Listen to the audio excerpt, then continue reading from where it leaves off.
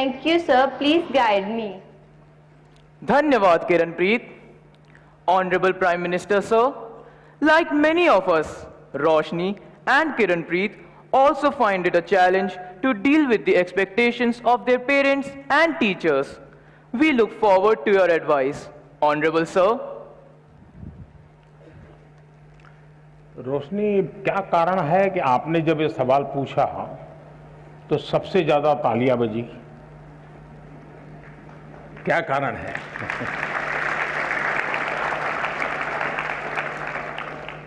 मुझे लगता है कि आपने सवाल स्टूडेंट के लिए नहीं पूछा है, आपने बड़ी चतुराई से पेरेंट्स और टीचर के लिए पूछा है। और मुझे लगता है कि आप चाहती हैं कि मैं आज यहां से हर एक के पेरेंट्स को और टीचर्स को कुछ यहां से कह दूं ताकि आपके काम आ जाए।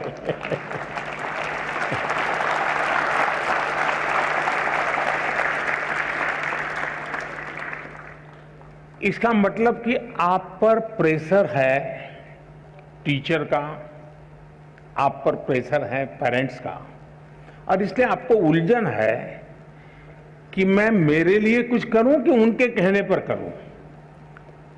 अब उनको समझा नहीं पा रहे हैं और मैं अपना छोड़ नहीं पा रहा हूं। ये आपकी चिंता मैं महसूस कर रहा हूं। मैं सबसे पहले तो पेरेंट्स को और टीचर्स को ये जरूर कहना चाहूंगा कि कृपा करके आप मन में सपने लेकर के जीते हैं, या तो जो सपने आपके खुद के अधूरे रह गए हैं, आप जो करना चाहते थे अपने विद्यार्थी काल में, आप जो अपने जीवन में करना चाहते थे वो नहीं कर पाए, और इसलिए दिन रात आपको लगता है कि बस इसको तो वो बना के रहूंगा। यानी आप अपने मन की बातों को, अपने सपनों को, अपनी अपेक्षाओं आकांक्षाओं को अपने बच्चे में एक प्रकार से इंजेक्ट करने की कोशिश करते हैं। बच्चा आपको रिस्पेक्ट करता है, माँ बाप की बात को बहुत महत्व देता है। दूसरी तरफ टीचर कहते हैं कि देखिए तुम्हें ये करना है, तुम ये करो, हमारे स्कूल में तो ये है रहता है, हमारी तो ये परंपरा है। आपका मन कुछ तीसरा ही करता है। और ज्यादातर हमारे बच्चों के विकास में ये जो कंफ्यूज और कॉन्ट्राडिक्टरी जो प्रभावों के बीच में उसे गुजरना पड़ता है, ये उसके लिए बहुत बड़ी चिंता का विषय होता है। और इसलिए पुराने जमाने में टीचर का परिवार से संपर्क रहता था। परिवार के हर लोग को टीचर जानते थे, और परिवार भी अपने बच्चों के लिए क्या सोचता है उसे टीचर परिचित होते थे। टीचर क्या करते हैं, कैसा करते हैं, वो उससे पेरेंट्स परिचित होते थे। यानी एक प्रकार से शिक्षा एक, चाहे स्कूल में चलती हो, शिक्षा घर में चलती हो, हर कोई एक ही प्लेटफॉर्म पर होता था। और उसके कारण अब क्या हुआ है, बच्चा दिन भर क्या करता है माँ बाप को समझ नहीं है, जानते नहीं है। टीचर को सिलेबस से लेना देना है, मेरा सिलेबस पूरा हो गया, मेरा काम हो गया, मैंने अच्छी तरह से पढ़ाया, बहुत मेहनत करके पढ़ाते, ऐसा नहीं कि नहीं पढ़ाते, लेकिन उसको लगता है कि मेरी जिम्मेवारी है सिलेबस पूरा करूं, वो मेरा दायित्व है। लेकिन बच्चे का मन कुछ और करता है। और इसलिए जब तक चाहे पेरेंट्स हो या टीचर्स हो या स्कूल का एनवायरनमेंट हो, हम बच्चे के शक्ति और उसकी सीमाएं, उसकी रुचि, उसकी प्रवृत्ति, उसकी अपेक्षा, उसकी आकांक्षा, इन सबको बारीकी से ऑब्जर्व नहीं करते हैं, उसको जानने समझने का प्रयास नहीं करते हैं, और हम उसको धक्का मारते जाते हैं, तो कहीं न कहीं वो लड़खड़ा जाता है। और इसलिए मैं रोशनी के माध्यम से सभी पेरेंट्स को, सभी टीचर्स को कहना चाहूंगा कि आप अपने मन की आशा अपेक्षा के अनुसार अपने बच्चों पर बोझ बढ़ जाए, इससे बचने का प्रयास करें। उनकी और हर बच्चे के पास एक स्ट्रेंथ होती है। हर माँ बाप को स्वीकारना होगा कि आपके तराजू में वो फिट हो या ना हो, लेकिन परमात्मा ने उसको किसी न किसी विशेष ताकत के साथ भेजा है। उसके अंदर कोई सामर्थ्य है। ये आपकी कमी है, ये आपकी कमी है कि आप उसके सामर्थ्य को पहचान नहीं पाते हो। ये आपकी कमी है कि आप उसके सपनों को समझ नहीं पा रहे हो, और इसलिए दूरी वहीं से बन जाती है। और मैं चाहूंगा बच्चों से कि आप प्रेशर के बीच भी, अब ये तो मैं नहीं कहूंगा कि माँ बाप का मत सुनो, मैं ये तो नहीं कहूंगा टीचर की बात मत सुनो, ये तो सलाह ठीक नहीं होगी। सुनना तो है ही है, वो जो कहते हैं उसको समझना है, लेकिन हमें उन चीजों को स्वीकार करना है जो हमारे भीतर बहुत सहज रूप से। आपने देखा होगा धरती भी वैसे तो निर्जीव लगती है, एक बीज बोएंगे तो उसमें से कुछ नहीं निकलता है, लेकिन उसी धरती पर दूसरा बीज बोएंगे तो बहुत कुछ निकल के आता है, बहुत बड़ा वटवृक्ष बन जाता है। दोष धरती का नहीं है, कौन सा बीज बोया है उस पर है। और इसलिए आपको पता है कि कौन सी चीज आप आसानी से एडॉप्ट कर लेते हैं, कौन सी चीज आपको मन के साथ एकदम उसमें आगे बढ़ जाते हैं। आप जी जान से उसमें जीतते जाइए, आपको कभी बोझ महसूस नहीं होगा। और शुरू में शायद शुरू में रुकावट आएगी, लेकिन बाद में परिवार गर्व करने लग जाएगा। हाँ, हम तो सोचते थे कि इसमें ये बहुत अच्छा किया, आज तो हमारा नाम रोशन हो गया। 4 लोगों के बीच में बैठते हो तो तारीफ होती है। जो कल तक आपको ताकत को स्वीकार नहीं करते थे, वो आने वाले समय में आप ही के ताकत का गौरवगान करना शुरू कर देंगे। और इसलिए आप हंसते खेलते उमंग के साथ जो मिनिमम रिक्वायरमेंट है उसको पूरा करते हुए, अतिरिक्त जो सामर्थ्य है उससे जोड़ते हुए आगे बढ़ेंगे, आपको बहुत फायदा होगा।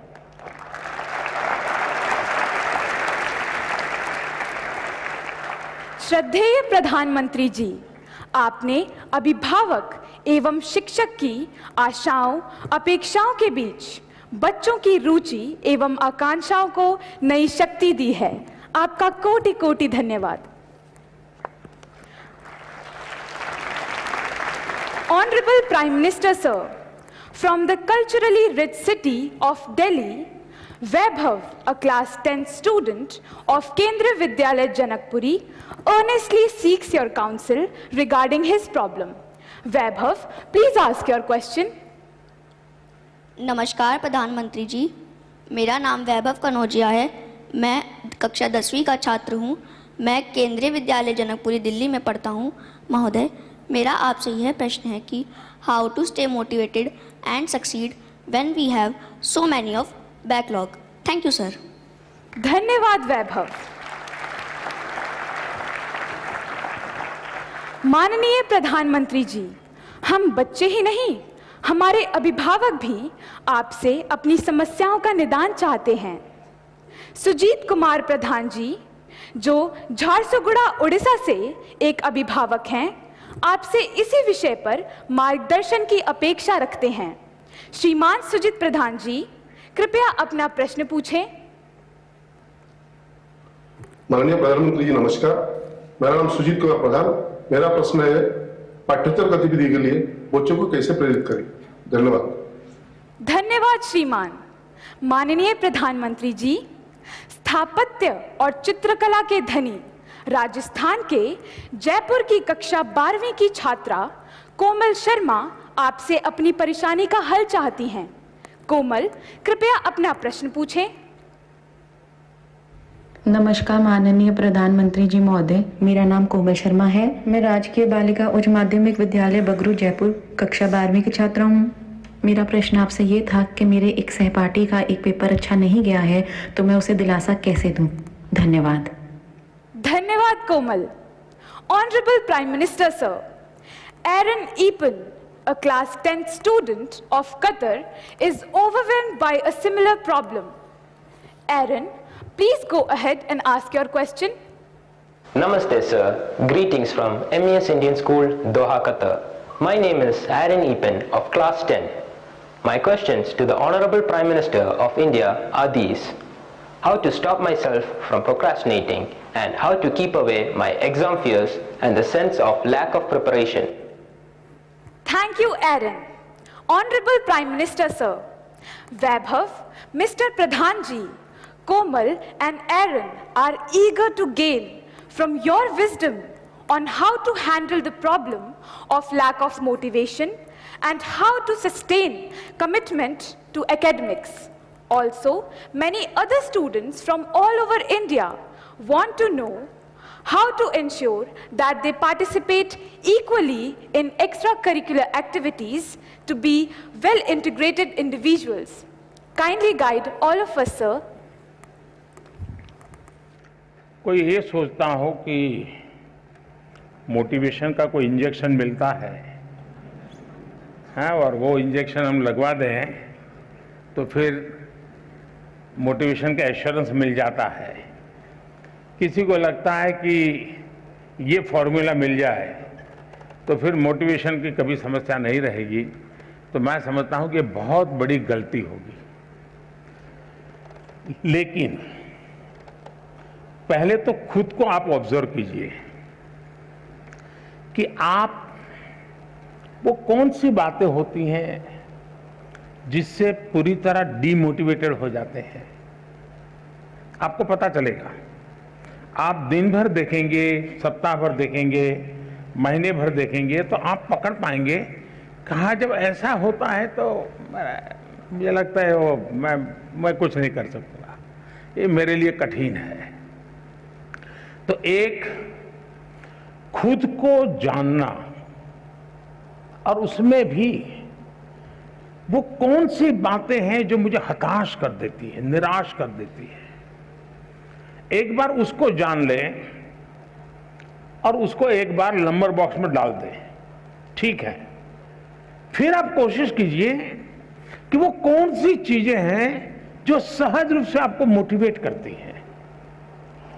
जो बातें सहज रूप से आपको मोटिवेट करती हैं उसको आप आइडेंटिफाई कीजिए। मान लीजिए आपने कोई बहुत अच्छा गाना सुना,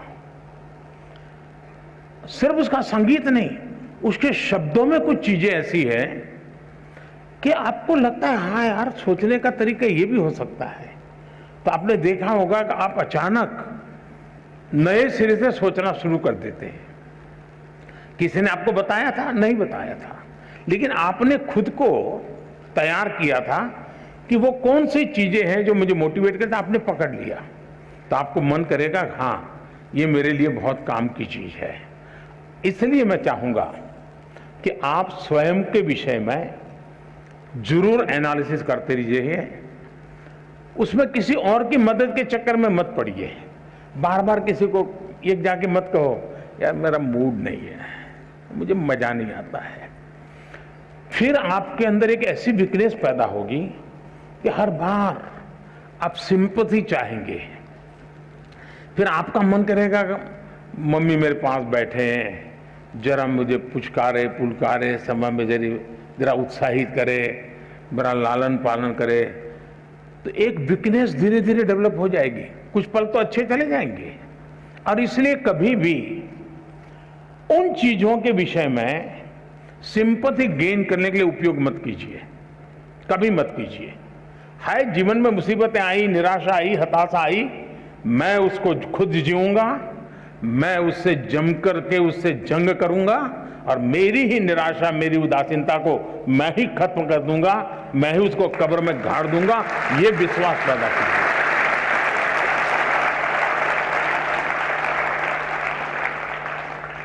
दूसरा है, हम किन चीजों को ऑब्जर्व करते हैं। कभी कभी कुछ चीजों को ऑब्जर्व करने से भी हमें बहुत प्रेरणा मिलती है। अब मान लीजिए आपके ही पर घर में एक 3 साल का बच्चा है, 2 साल का बच्चा है,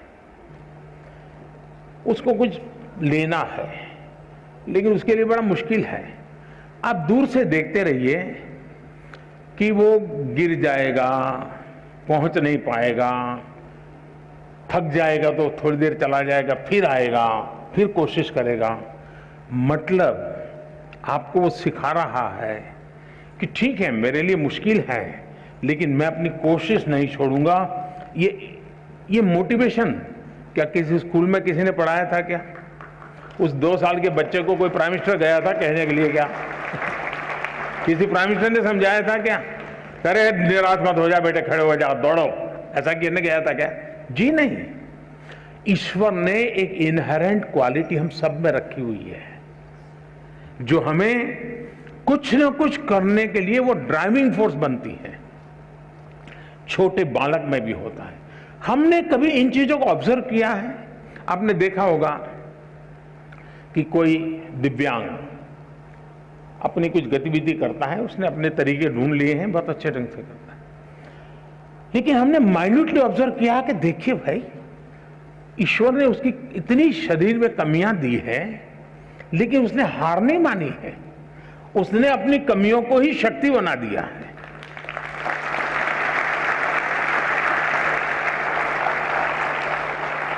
और वो शक्ति खुद को तो दौड़ाती है, वो खुद शक्ति अगर देखने वाला नहीं, ऑब्जर्व करने वाला जो निरीक्षण करता है उसको भी प्रेरणा देती है। हम कोशिश करें हमारे आसपास जो चीजें हैं उसको हम उस रूप में ऑब्जर्व करें, उसकी वीकनेसेस को ऑब्जर्व ना करें, उस कमियों को उसने कैसे मात किया है, उन कमियों को वो कैसे मात करता है, उस प्रक्रिया को बारीकी से देखिए। आप फिर अपने आप को उसके साथ कोरिलेट करेंगे कि हाँ, मैं ऐसा होता है तो मैं भी शायद ऐसा कर सकता हूं। ईश्वर ने तो मुझे हाथ पैर सब बहुत बढ़िया दिया है, मुझे तो कोई कमी नहीं है, मैं क्यों चुप बैठा हूं? आप खुद दौड़ने लग जाएंगे। और इसलिए मुझे लगता है कि दूसरा एक विषय है, क्या कभी आप खुद की एग्जाम लेते हैं क्या? आप अपनी एग्जाम भी तो कभी लीजिए, कोई आपकी एग्जाम क्यों ले? जैसे मैंने शायद मेरी जो किताब है एग्जाम वॉरियर, उसमें एक जगह पे लिखा हुआ है कि आप कभी एग्जाम को ही एक चिट्ठी लिख दो, हे डियर एग्जाम, और उसको लगो अरे तुम क्या समझते हो, मैंने ये तैयारी की है, मैंने ये तैयारी की है, मैंने ये मेहनत की है, मैंने इतना प्रयास किया है, मैंने ये पढ़ा है, मैंने ये लिखा है, मेरी इतनी नोटें भरी हुई है, मैं टीचर के साथ इतने घंटे बैठा हूं, मैंने मम्मी के साथ इतना समय बिताया है, मैं मेरे पड़ोसी के छात्र ने अच्छा काम किया तो उसके जाकर अरे मैं इतना सीख करके आया हूं, तुम कौन होते हो मेरा मुकाबला करने वाले?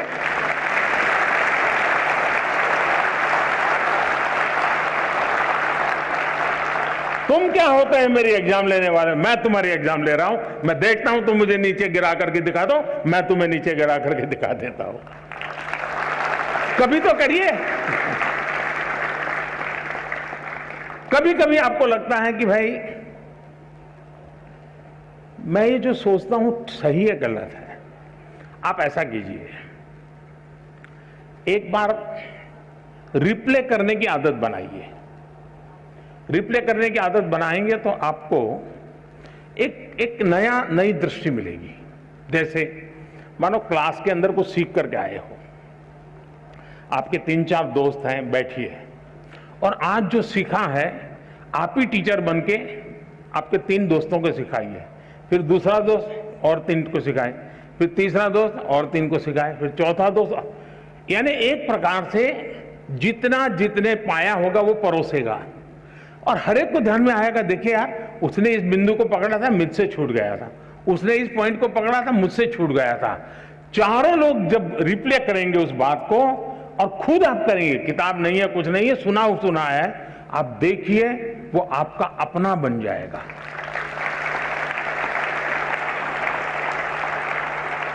आप चीजों को, अब आपने देखा होगा कहीं कोई घटना घटी हो, बड़े बड़े पॉलिटिकल लीडर को भी ये टीवी वाले खड़े हो जाते हैं ना डंडा लेकर के, और आपने देखा होगा वो जवाब देने में इधर उधर हो जाते हैं। कुछ लोगों को तो पीछे से प्रॉम्प्टिंग करना पड़ता है, आपने देखा होगा। लेकिन एक गांव की महिला है, कहीं एक्सीडेंट हुआ है और कोई टीवी वाला पहुंच गया, उसने बेचारी को टीवी क्या है मालूम भी नहीं है और उसको पूछ लिया। आप देखिए बड़े आत्मविश्वास के साथ वो सारा वर्णन कर देती हैं कि ऐसा हुआ था, फिर ऐसा हुआ था, फलाने आए थे, डिगने आए थे, ऐसा यानी परफेक्टली चीजों बता। क्यों? क्योंकि उसने जो अनुभव किया उसको वो आत्मसात कर लेते हैं और इसके कारण उसको रिप्ले बड़ी आसानी से कर लेते हैं। और इसलिए मैं मानता हूं कि आप अपने आप को खुले मन से इन चीजों से जोड़ेंगे तो कभी भी निराशा आपके दरवाजे पर दस्तक नहीं दे सकती है।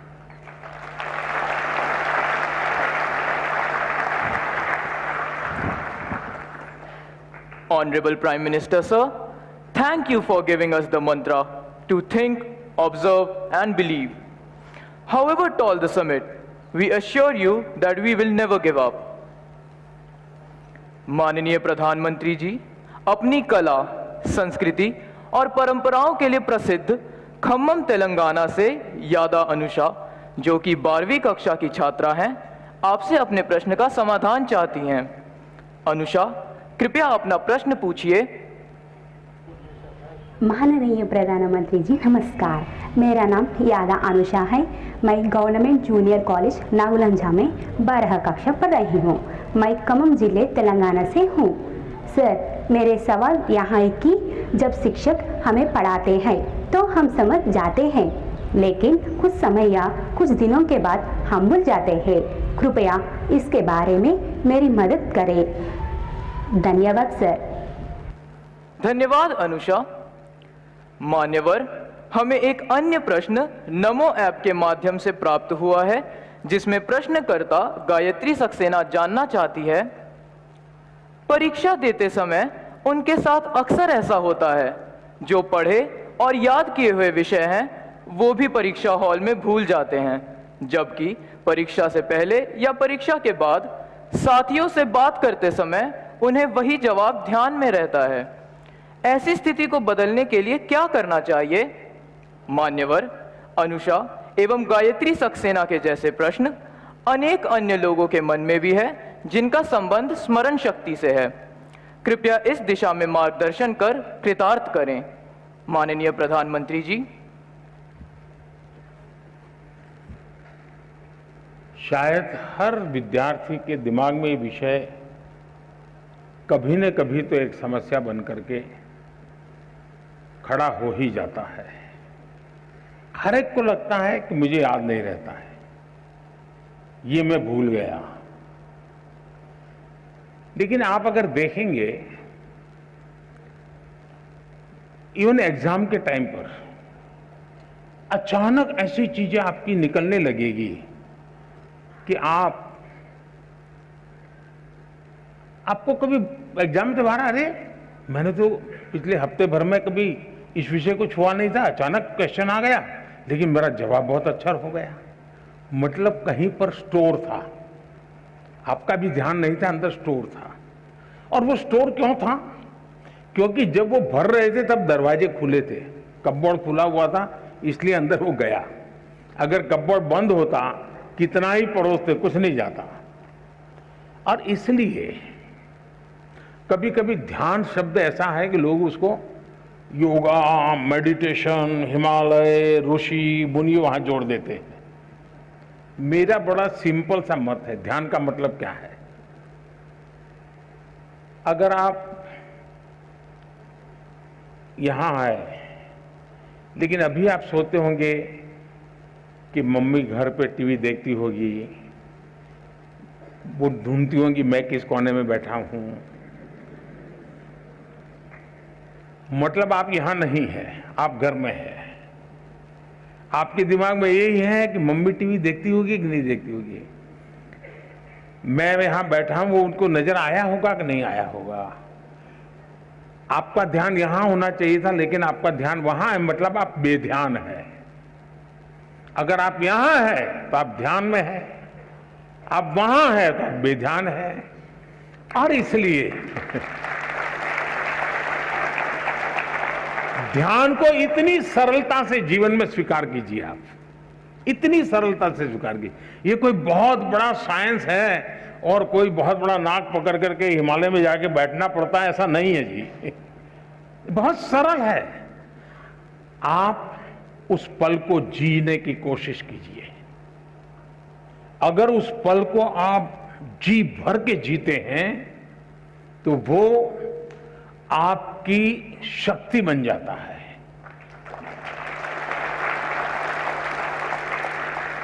बहुत से लोग आपने देखे होंगे सुबह चाय पीते रहते होंगे, अखबार पढ़ते होंगे, परिवार के लोग कहते हैं अरे पानी गर्म हो गया, चलो जल्दी नहाने के लिए चलो। नहीं नहीं मुझे अखबार पढ़ना है।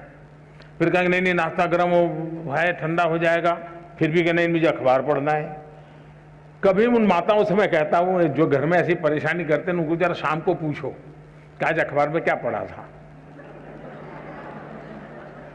मैं 99% लोग बताता हूं वो नहीं कह पाएंगे कि आज के अखबार की हेडलाइन क्या थी।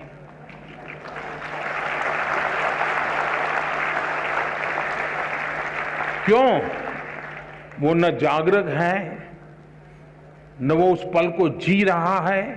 वो आदतन पन्ने घुमा रहा है, आंखें देख रही हैं, चीजें पढ़ी जा रही हैं, कुछ भी रजिस्टर नहीं हो रहा है।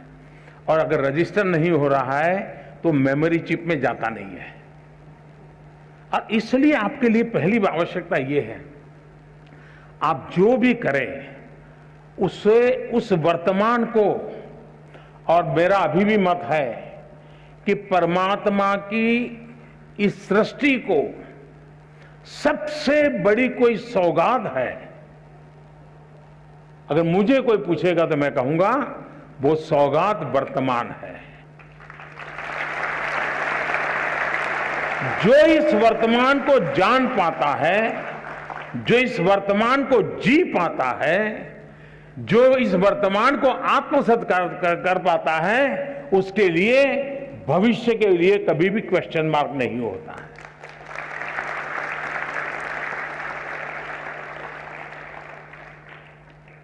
और मेमोरी का भी यही कारण है कि हम उस पल को नहीं जीते हैं और उसके कारण हम उसको गवा देते हैं। दूसरा, मेमोरी का जीवन से संबंध होता है।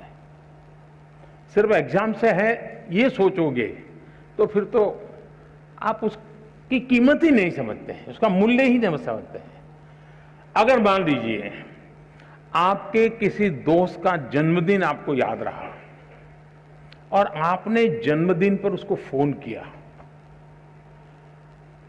आपकी तो वो मेमोरी थी जिसके कारण आपको जन्मदिन याद रहा, लेकिन वो मेमोरी आपके जीवन के विस्तार का कारण बन जाता है। जब उस दोस्त को टेलीफोन जाता है, उसको अरे वाह, उसको मेरा जन्मदिन इतना याद था, मतलब मेरे जीवन की अहमियत उसके जीवन में है।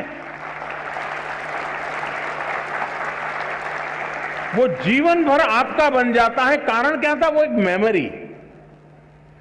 मेमोरी जीवन के विस्तार का बहुत बड़ा कैटलिक एजेंट है। और इसलिए हम हमारी स्मृति को सिर्फ परीक्षा तक, सवाल जवाब तक सीमित ना करें, आप उसका विस्तार करते चलिए। जितना विस्तार करेंगे चीजें अपने आप जुड़ती जाएगी। दूसरा, आप कभी 2 बर्तन लीजिए, 2 बर्तन में पानी भरिए, पानी भर करके उसके अंदर एक कॉइन रखिए, दोनों में। पानी शुद्ध है, स्वच्छ है, दोनों एक ही प्रकार का पानी है, दोनों एक ही प्रकार के बर्तन है, दोनों एक ही प्रकार के उसमें कॉइन है। और आप उसको देखिए, लेकिन एक बर्तन है जो हिल रहा है, पानी इधर उधर हो रहा है, नीचे कॉइन है। दूसरा स्थिर है। आप देखेंगे कि जो स्थिर पानी वाला कॉइन है वो आपको परफेक्ट दिखता है, हो सकता है उस पर लिखी हुई चीज भी दिखाई दे। और जो पानी हिल रहा है वहां पर भी वही कॉइन, वही साइज है, उतना ही गहरा है, लेकिन दिखता नहीं। क्यों?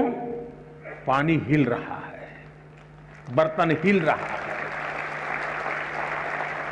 अगर मन भी ऐसे डोलता रहे और हम सोचें कि उसमें कॉइन जो है मुझे दिखाई देगा, आपने देखा होगा एग्जाम में आपकी समस्या ये होती है कि देखो ये बगल वाला तो ऊपर देखता नहीं, लिखता ही रहता है, अब मैं पीछे रह जाऊंगा, उसको ना, यानी दिमाग उसी में लगा पड़ा है।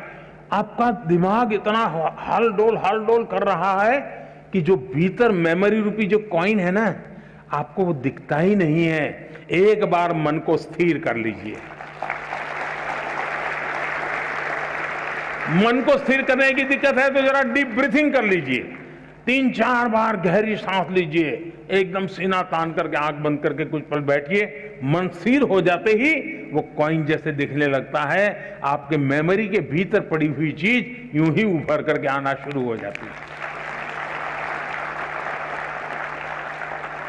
और इसलिए ईश्वर ने जिसकी मेमोरी ज्यादा है उसको कोई एक्स्ट्रा एनर्जी दी है, ऐसा नहीं है जी।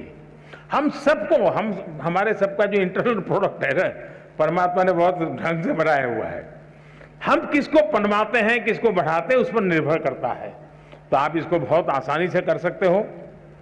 आप में से जो लोग पुराने शास्त्रों को जानते होंगे, कुछ तो कभी YouTube पर भी कुछ चीजें अवेलेबल होती हैं, कुछ शताब्दानी लोग होते हैं, उनको एक साथ 100 चीजें याद आती है। हमारे देश में ये चीजें कभी कभी इसकी बड़ी प्रचलन हुआ करती थी। तो हम इसको ट्रेन कर सकते हैं, अपने मन को भी ट्रेन कर सकते हैं। लेकिन मैं आज, आप परीक्षा में जा रहे हैं इसलिए मैं उस दिशा में आपको नहीं ले जाऊंगा, लेकिन मैं कहता हूं मन स्थिर रखिए। आप अपने पास चीजें पड़ी हैं, वो अपने आप आना शुरू हो जाएगी, आपको वो दिखना शुरू हो जाएगी, आपका उसका स्मरण होना शुरू हो जाएगा और वही बहुत बड़ी ताकत बन जाएगा।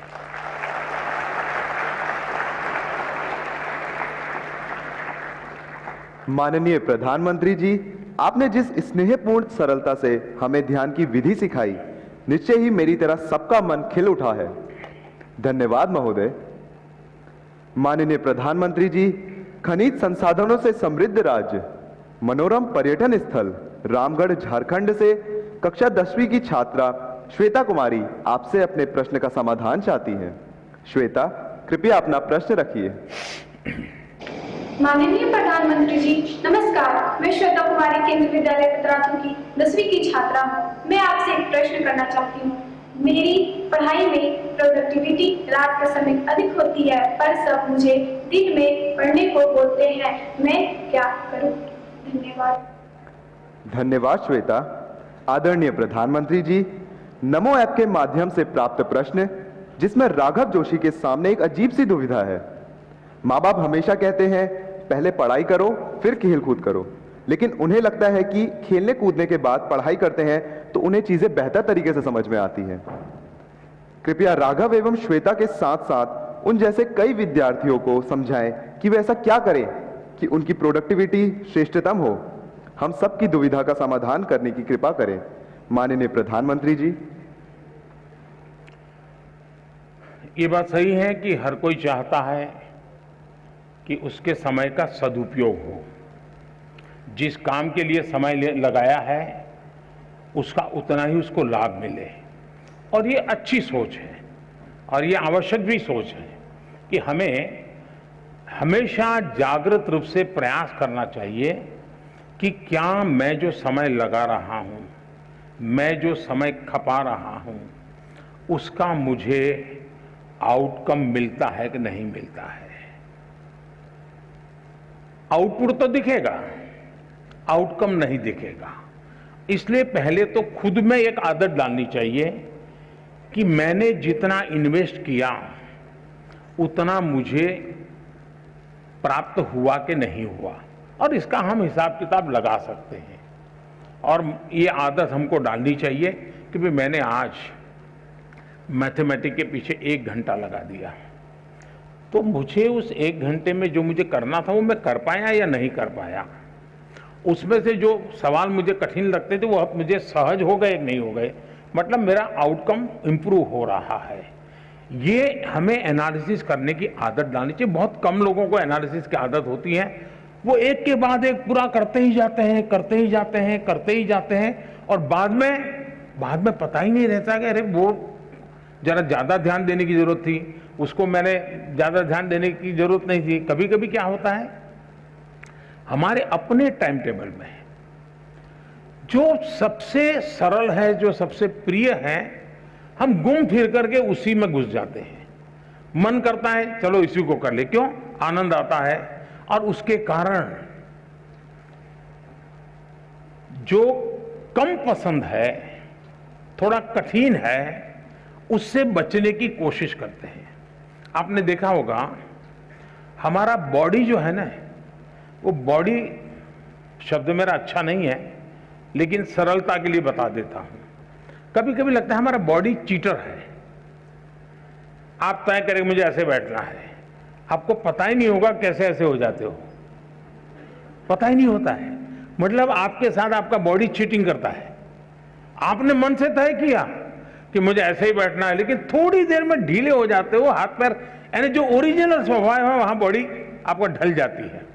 फिर जागरूक होकर के ऐसे कर लोगे, फिर हो जाते हो। मतलब ये बॉडी जैसे चीटर है ना, वैसे मन भी चीटिंग करता है कभी कभी।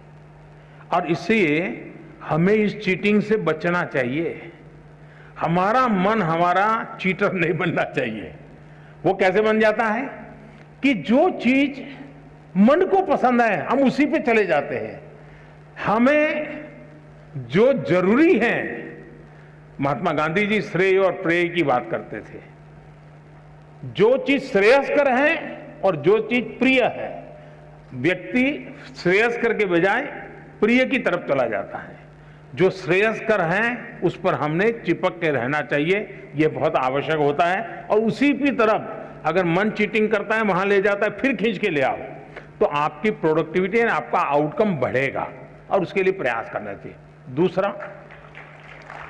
ये जो सोचना कि मैं रात को पढ़ूं तो अच्छा होता है, कोई कहता है मैं सुबह पढ़ूं तो अच्छा होता है, कोई कहे खाना खा करके पढ़ूं तो अच्छा होता है, कोई कहता है भूखा रह करके पढ़ूं, ये हर एक की अपनी अपनी प्रकृति होती है।